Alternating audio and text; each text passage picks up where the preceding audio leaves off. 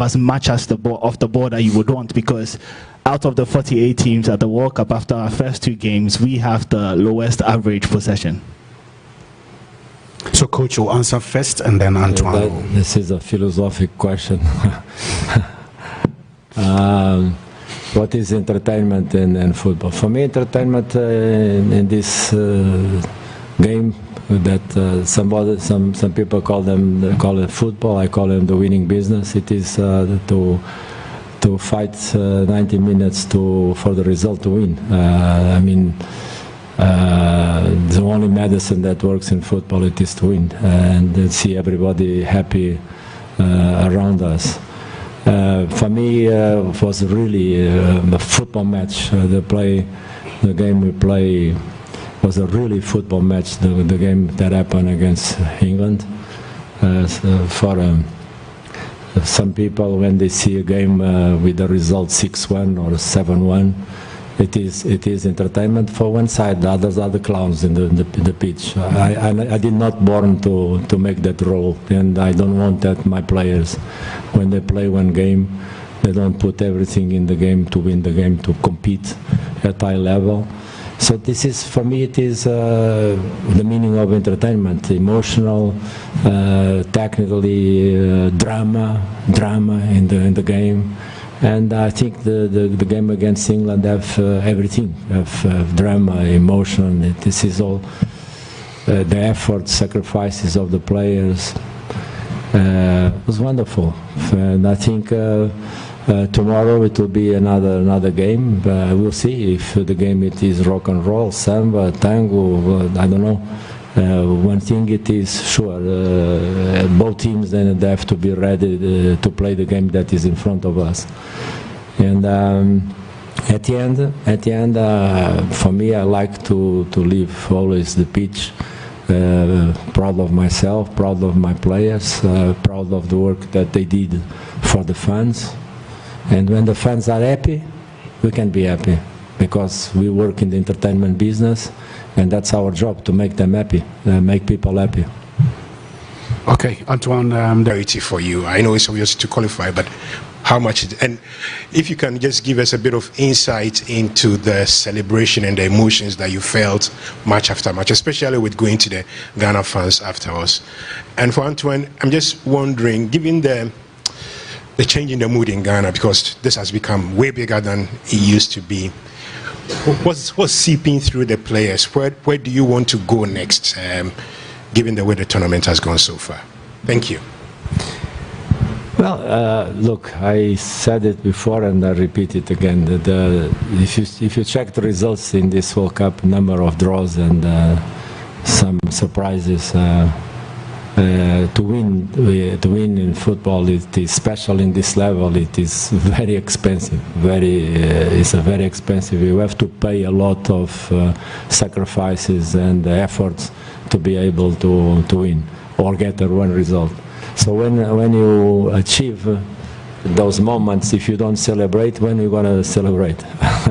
So it's an opportunity to express yourself, the joy and the pride that you feel. But special, I thought, to be honest with you, that my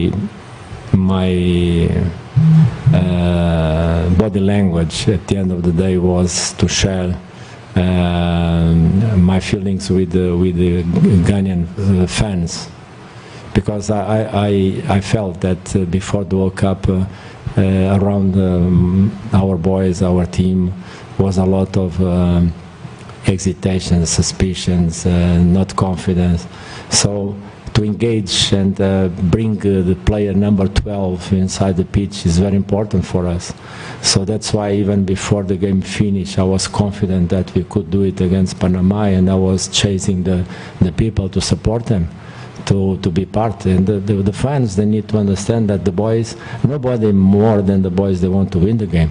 No more than them. But sometimes it is important that player number 12 also understand his role in the game, and that's what I was trying to bring them to the game with strong emotions and strong feelings of trust and confidence. Antoine, the question about where the players... If you look at the permutations, if we finish top of the group, we are going to Atlanta. If we finish second in the group, we're going back to Toronto. And if we finish third, we're going to Kansas City. If we go to Toronto, that might mean without Thomas again, a really important player for us against England. Does this play in, or has this been factored in your preparations at all? No. It's the game of football is so difficult. You cannot play 2 games or 3 games at the same time. We just focus in one game, which is Croatia, and get the result. Play good football, and with good football, be better than them on the pitch. That's what I'm going to try to do. Fight more, be better, because we know if we're able to do that, we have more chances to get the result. That's the only game that we play tomorrow. When the results come at the end of the game, we'll be there to make decisions if we first, second or third. But there is one thing that every single coach knows before we start the group stage. We take one of those positions for guarantee. If you give me that opportunity even before we play, nobody deny to have one of those positions. We don't have any problems with that. But important it is to play one game, only one game. And the game is big enough tomorrow against Croatia to play other games outside the pitch. My other question, obviously, the penalty incident against England, we also had a similar incident against Panama that also wasn't reviewed. The one against England wasn't reviewed. From the player's point of view, Antoine, you were closest to the action. There's been a lot of conversation among the Ghanaian fans, especially yellow cards. So we don't know where we should stand. But I really think it is important before this game. Croatia doesn't have nothing to do what happened in the last 2 games, so they don't deserve in this press conference that you talk too much about what happened in the past. The fact it is, we should be qualified with 6 points in this moment, because we have a good rate scoring penalties, and we believe that if the penalties happen, we should be qualified already. But Croatia deserve our respect, full respect, so we don't want to bring to this press conference collateral issues that they should be on the hands of FIFA, because VAR born in 2016, 2018 was the first World Cup. 10 years is gone. There is no excuse, no reason for VAR not to be better than this. No excuse. So it's time for FIFA authorities, they review what was been happening behind the scenes, and I don't want to extend more on my comments, but one thing it is clear, when VAR comes, was to help the referees to referee and make good decisions, and we hope that will be better in the next few years. I can see 5 hands, 1, 2, 3, Roman 4. Let me go to the left hand corner, my extreme left, and pick that one, then we'll wrap up here. Carl Tufo from GBC. I don't know if I'm allowed to ask you, Henry, a question. If not, I push it aside and go to Carlos. But with Carlos, the first question probably would be that you are old enough to remember that it seems as if Ghana is playing like Italy of the 70s and the 80s, where they defend in numbers and hit people on the break. In quotation marks, that has not been the tradition of Ghanaian football for years. Are you changing the way the Black Stars will be playing now? Because from the first 2 matches, it's been one heck of, how do you call it, 3 lines of 5. And then when they hit on the break, like happened when the penalty was not given. Mm-hmm. So I'd like to get your comment on that. And then also, the question that Oti asked, I think it's so, no offense, I think it's so important. Does it mean that, much as you're taking it game by game, does it mean that if we do get back into Canada, let's assume it's the semi-final, you're still going to be saying, okay, Canada ain't going to give Partey a visa, so therefore we're going to go without him? Thank you. Well, brilliant questions. And you're going to get brilliant answers, I expect. First of all, you talk about Italy in the years 70s and 80s. I was there, the people was happy. And I've been in Italy 3 months ago when they not qualify. You cannot even imagine what they think about the coaches and the players. So you think now they are more happy because they're not in the World Cup after all these years? I think no matter how they play in the 70s or 80s, they've been achieving great results. And football, it is all about that. So for me, it's simple. I answer to your question. It's winning business. If I have to, and the boys, they show that, if they have to dance rock and roll, 90 minutes, and in 1 minute score and win, congratulations, son. I'm very happy for you guys to have the resilience, the power to fight for your shirt and win the game.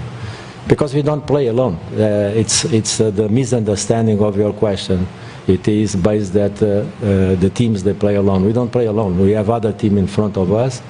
They express themselves, and we have to answer to the way they are playing. The second part was again. We as I said, we have to play one game each time. But I think your second question should be addressed to the visa authorities of Canada, not me. As far as I know, I work to Ghana. But I'm answering to you. I'm challenging you to say, you should ask those questions. You are the press. You are the guys that you have the power to inform people and probably influence public opinion, not us. This is not our job. Our job it is to respect the decisions, accept the decisions that they made. If you ask me if I agree with that, I don't agree with that. But you, as members of the press, you have the power to ask the right questions to people. We are in the World Cup, and what is the reason that one of our players was stopped to travel to Canada? We don't know. You have to ask them because we don't know what is that reason. One thing it is sure, tomorrow we have one game. We're going to play the best we can, fight as much as possible to get the best result. And the best result it is to be number one. Number two, number three, doesn't matter. We have to play the game tomorrow and respect the team of Croatia as they respect us, and both teams try to achieve the best we can. Whatever it happens outside the game is not part of our business. Politics, we leave those things with you guys. Raman, please. Microphone here. Yes. Hi, my name is Raman from The Sun. Coach, I just wanted to ask you, I know you said that it's not in your red and you're going to accept the decision, but I wanted to find out. In United, but that, I think that was the last century. That happened in the last century. And with all due respect for your question, I think this is experience. This is about the experience that you have in the game. I have 40-something years of experience, and it is my duty to put in every single decision that I make, those 40 years of more than 40 years of football. So the English team come with a fantastic balance, with a dynamic, positive feeling of results. During 8 or 10 matches, they always score. They always score. against some of the best teams in the world. And it was important to know who is in front of us and how can we manage to play one game that we want to win. And my belief it is when we start to play one game that we want to win without conceding goals, we have good chances to finish the game and then win. So that was the approach, and the boys, they know we didn't have time to train too much because it's not possible to train too much under these conditions. It was just to create some guidelines. And by the way, the thing that is really common in both games, when you talk about defensive, and it is wrong. We played 90 minutes against England attacking. I'm gonna probably share something, and next time we have to pay for these lessons, by the way. But we played the game 90 minutes attacking the players, attacking the spaces, attacking the ball, attacking the time, reducing space during 90 minutes to the English team. So this is power approach in the mind when you don't have the ball and you have to have this attitude of attacking. So we'll be in the space before they arrive. We fight for the ball before they come. We be on the spaces. We attack the space, we attack the ball, we attack the free players. 90 minutes. It was fantastic. Well done, boys. Congratulations. They don't know. I'll pick 3 questions, one here. It's here and here. But his hand actually came up before you, so we'll take a decision with the permission of the coach. So let me pick that one from the back, and then I'll come to Thierry. Hello, coach. I'm Dario Di Gennaro from Italy, Rai Television. About the opposite team, the Croatia, they will attack during the match to get the second place. How do you prepare this match, this kind of match? And have you thought something special for Modric? No, they have great players. And of course, the player that you mentioned, it is one of the most brilliant players in football history in the last few years. But we know that they have a good team. They play good football against England. I think after I saw the game several times, they even deserve a better result. I think the result for 2 was too heavy for Croatia. That's why we are full alert. We know that result doesn't really show the capabilities of Croatia, and they prove it against Panama. So that's why tomorrow we only have one option. We have to come out more strong and better. That's the only option that we have. And the game after, we need to come out more strong and better, and more strong and better. Every day, every match, we have to grow up. Thierry. All right, thank you. My name is Thierry Nyan. My question to you is, I mean, even you just said it a few minutes ago. People don't seem to like your style. I don't think that's the case because it's a result business. But a lot has been said about Ghana's defensive performances. Tuchel, after the last game, said Ghana was even more defensive, than they were in the first half against Panama. A lot has been said about it. How exactly does that impact your thought processes going into the Croatia game? Does that change anything? Do you feel like you need to change anything? Also for Antoine, you had a very good season for Bournemouth and Man City, scoring a lot of goals. Help me get into the mind of a striker playing in a team that is quite defensive. Are you content, frustrated at any point during 90 minutes? How does it affect your game? Okay, so Antoine will answer first, and then the manager. We're going to do tomorrow, express ourselves. We have the freedom to enjoy and play football, good football. And during 90 minutes with the same concentration, same resilience, the only thing that I asked them, it is to never lose 1 second in the mind that wish to score, that wish to go there and build up the result to win the game. All our training sessions are based on creating opportunities to score,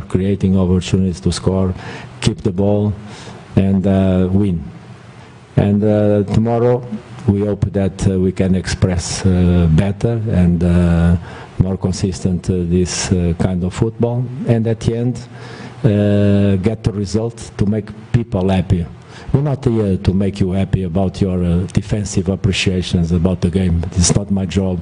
My job it is to make people of Ghana happy with the results and achievements, to make them proud of the performance of the team, and we leave your appreciations of tactical approaches for your entertainment.